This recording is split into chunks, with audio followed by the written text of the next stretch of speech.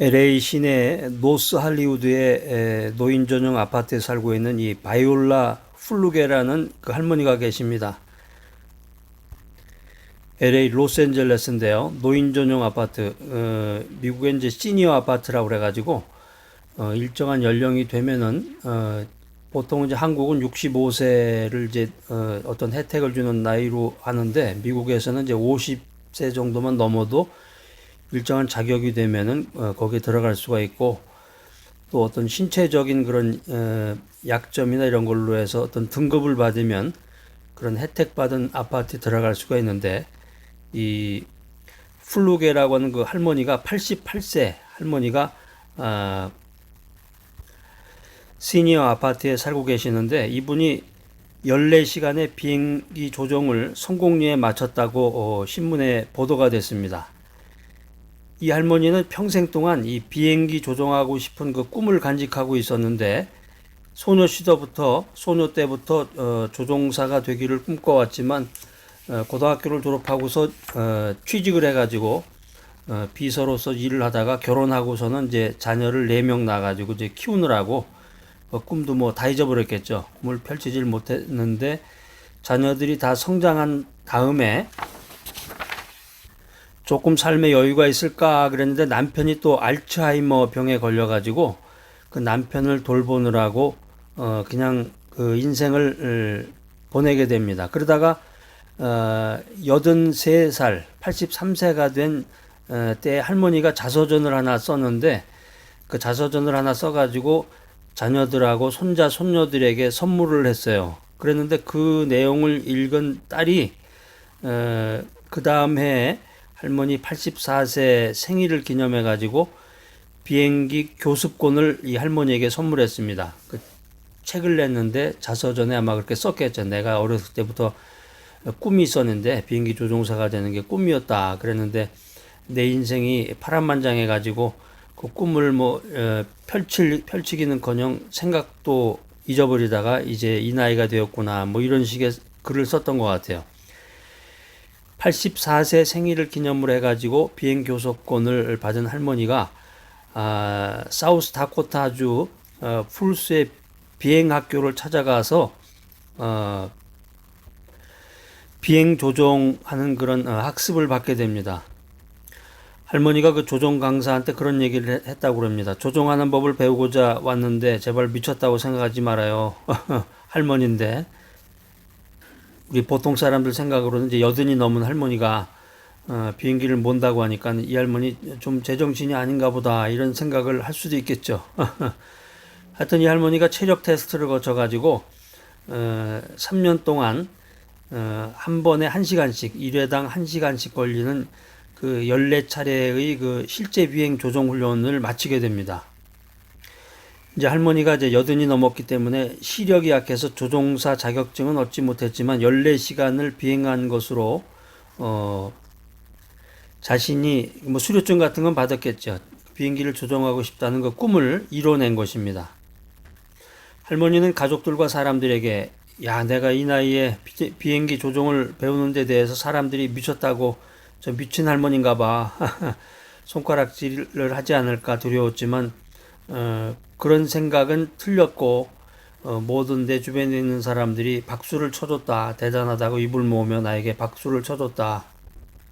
그러면서 할머니가 이런 이야기를 합니다. 나이를 따지지 말고 꿈을 향해 도전하라. 나이를 따지지 말고 꿈을 향해 도전하라. 오늘 이 할머니가 아주 귀한 말씀 해주시네. 나이는 숫자에 불과하다. 이제 그런 얘기도 있는데 요즘은 이제 100세 시대이기 때문에 이제 60이 청춘이라고 그래요. 예전 같으면 이제 그 60대를 이제 환갑 먹는 나이라고 그래서 환갑 잔치도 하고 이제 70이 되면은 뭐 60부터 노인이라고 생각을 하는 거죠. 그래가지고 70이 넘으면은 이제 60, 70이 되면은 집에서 손주나 보고 그랬는데 뭐 대부분의 사람들이 그렇게 지내는 경우가 많겠죠. 그런데 이 할머니처럼 자신의 그 꿈을 향해서 새로운 비전을 가지고 인생을 개척하는 그런 사람들도 있다. 자, 오늘 이 메시지 들으시고 여러분들 어떠세요? 여러분들 뭐 대학교만 졸업하면 사실 뭐 한국은 대학교만 졸업하면 30대부터는 뭐 꿈이고 뭐고 이런 거 없이 그냥 주어진 생활 하다가 보면 바쁘죠. 직장 생활하고 뭐 비즈니스 하고 자영업 하고 이러다 보면은 정신없이 애들 키우고 그러다 보면은 시간이 그냥 정신없이 가는 건데, 여러분들 오늘 이 할머니 이야기처럼, 이 바이올라 할머니처럼 삶의 영역을 넓히시는 여러분 모두가 되시기를 기도합니다.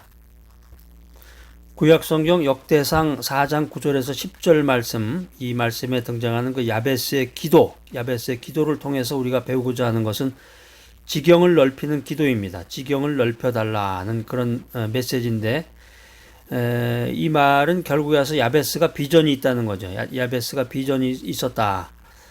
그러니까 우리가 인생 살다 보면 그 위대한 일을 한 모든 위대한 일을 한 사람들은 누구나 다 비전이 있었구나 하는 생각을 갖게 됩니다. 비전 없이 우연히 위대한 일을 이룬 사람은 아무도 없다. 이 세상에 우연이라는 건 없습니다. 자, 그렇기 때문에 믿음의 사람으로 하나님 중심으로 인생을 살면서 말씀 중심, 기도 중심의 인생을 사는 믿음의 사람으로서 하나님의 특별한 사랑을 받는 사람으로 정말 의미 있고 보람 있고 가치 있는 인생을 살기 위해서는 삶의 지경을 넓혀야 된다. 비전을 가져야 된다.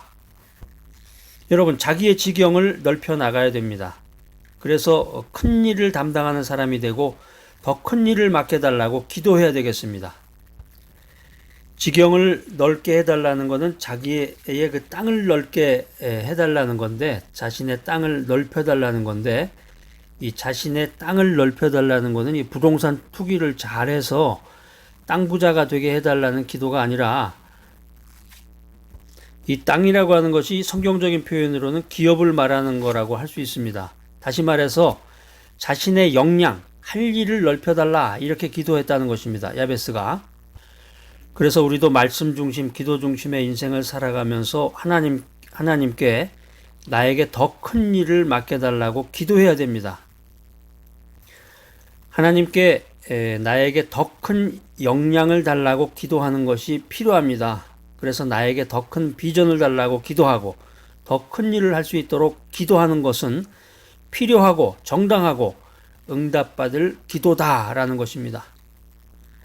인생을 살아가면서 가치 있는 인생을 살아가기 위해서 영향력 있는 사람이 되어야 되는데, 그러기 위해서는 자기의 지경을 넓혀야 됩니다. 더 많은 영향력을 미치게 해달라고 기도해야 되는데, 여기서 지경이라고 하는 것은 재배할 수 있는 넓은 공간을 가진 자기 소유의 터를 말합니다.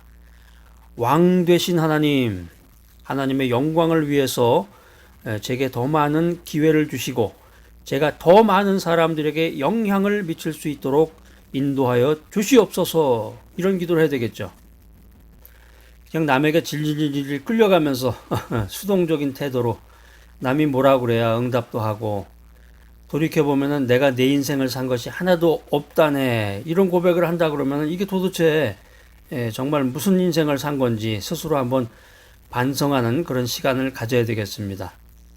자, 이 귀한 메시지 들으신 여러분들, 자기의 지경을 넓히는 영적 리더가 되시기 바랍니다. 자기의 기도를 넓히는 기도를 해야 되겠습니다. 하나님을 위해서 더 많은 일을 하게 하여 주시옵소서. 자기가 잘났다고 교만하게 자기 자랑하는 게 아니라 하나님을 위해서 더 많은 일을 하게 하여 주시옵소서, 이런 기도를 해야 됩니다. 나에게 주어진 지경은 나의 능력과 과거의 경험, 훈련, 인격과 외모, 그리고 다른 사람의 기대입니다. 그런데 주님이 주신 확장된 지경은 나의 연약함에 함께 하시는 하나님의 뜻과 초월적인 능력을 의미합니다. 아이고, 나 같은 사람이 뭐래, 나 배운 것도 없고 가방끈도 짧고 돈도 뭐 변변치 않고 지금 하루하루 살아가기도 힘든데, 이렇게 생각하면 안 되겠습니다. 나의 연약함에 함께 하시는 하나님의 초월적인 능력을 구해야 됩니다. 왜? 하나님께 큰 영광을 돌리기 위해서 그런 거죠. 하나님이 나를 인간으로 창조해 주셨는데, 귀한 인생 살라고 창조해 주셨는데, 그 창조의 목적이 무엇이냐, 내 인생의 소명이 무엇이냐, 이걸 바로 깨닫고 하나님께 더 큰 영광을 돌리는 우리 귀한 인생이 되어야 되겠습니다. 더 넓은 지경을 간구하고 그것을 받기 위해서 기도하며 앞으로 나아가시기 바랍니다. 자신의 영역을 넓혀 나가면서 하나님과 위대한 만남을 가져야 됩니다. 능력의 주님을 만나야 됩니다. 역대상 4장 9절에서 10절 말씀에 보면은 주의 손으로 나를 도와주소서 이렇게 말하고 있습니다. 우리가 기도로 결정하는 것들은 상식에 어긋나고 이전의 경험과 상반되고 나를 바보처럼 실패자처럼 보이게 할 수 있습니다. 주의 손으로 나를 도와주소서. 여기서 주의 손이라고 하는 것은 하나님의 백성들 속에 살아계시는 하나님의 임재, 하나님의 능력을 나타내는 것입니다. 믿는 사람들에게 말씀 중심, 기도 중심으로 살아가는 이 믿음의 사람들에게 있어서 이 신뢰와 믿음은 능력을 의미하는 다른 표현인 것입니다. 자, 오늘 귀한 메시지 들으신 여러분들, 자기의 지경을 넓혀달라고 기도하시고 더 많은 영향력을 미쳐서 하나님께 큰 영광을 돌리게 해달라고 기도하시기 바랍니다. 그래서 내가 할 수 없는 상황 속에서 초자연적으로 역사하시는 그 성령님을 확신하고 의지하는 인생을 살아가는 여러분 모두가 되시기를 간절히 기대합니다.